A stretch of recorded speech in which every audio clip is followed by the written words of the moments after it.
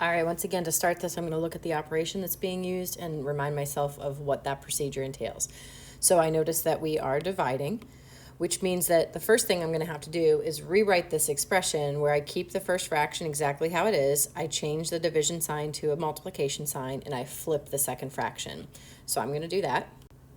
All right, now the next step in this process, since we are multiplying fractions, is to go ahead and factor everything so that we can try to find some giant ones. So I will go ahead and factor these. You can pause the video and try that and come back. Okay, so we've got it factored.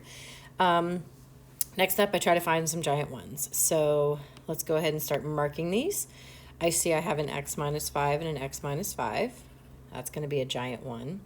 I see an x plus 1 and an x plus 1 over here. Now we could rearrange this, but because one's in the numerator and one's in the denominator, we're good to cross those off. And then I see an x plus 2 and an x plus 2 will give me another giant one. So we just write what's left.